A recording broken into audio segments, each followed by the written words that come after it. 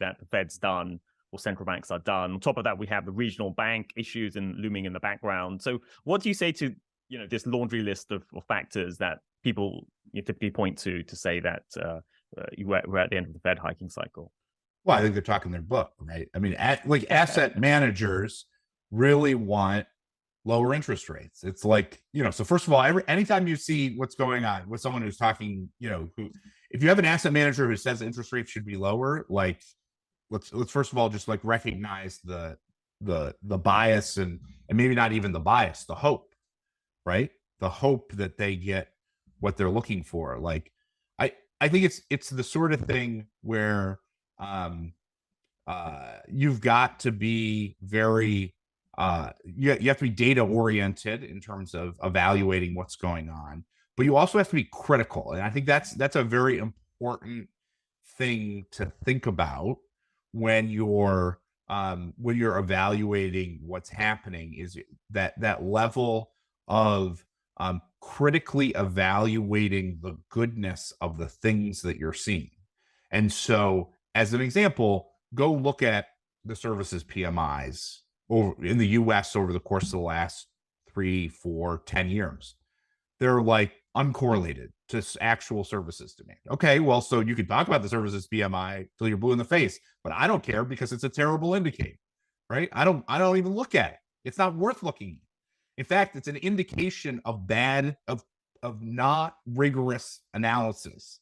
If someone is talking to you about the services PMI and not recognizing and not acknowledging the fact that it is a bad indicator that has served very little purpose over the course of the last 10 years. So that's an example. I could go down the stack here, but I think that's a really bring the level of rigorousness and comprehensiveness. So for all of those different conversations, often people will focus on manufacturing. Manufacturing is, a small portion of employment. It's a very small portion of demand. Services is a much bigger thing. People focus on surveys. Surveys are a lot weaker. There's a fair amount of academic research on surveys suggesting that political or partisan bias is an important contributing factor to those surveys, which has created a structurally worse ability to infer actual or observed outcomes through the lens of those surveys. So you start to go through that cycle, right? And I think it really, for me, when I talk to people, a lot of what they're looking at are these inferential indicators and the survey-based indicators and the soft data. And what's really shown over the course of the last 12, 18, 24 months is that the soft data has been wrong, plain and simple wrong.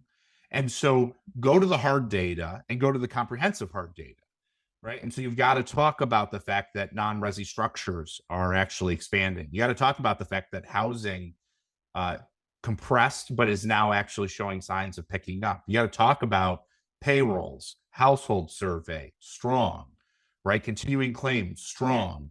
Like those are real in the sense of they are measures of actual activity, even industrial production. A lot of talk about how terrible are the PMIs. Go look at the industrial production data. It's like fine, it's not great, it's not booming, but it's certainly not like we're in a terrible, disastrous recession the way you might think if you looked at the PMIs. And so go look at the hard data, go look at the comprehensive set of hard data. And when you do that, what you see is, things are fine, right? Things were booming last year. They're kind of okay this year, but kind of okay and secularly low unemployment is leading to nominal wage growth that remains elevated. And that elevated nominal wage growth is the thing that's driving inflation. And that's the thing that matters. And so until we start to get to a point where there's sufficient easing of the tightness in the labor markets to slow that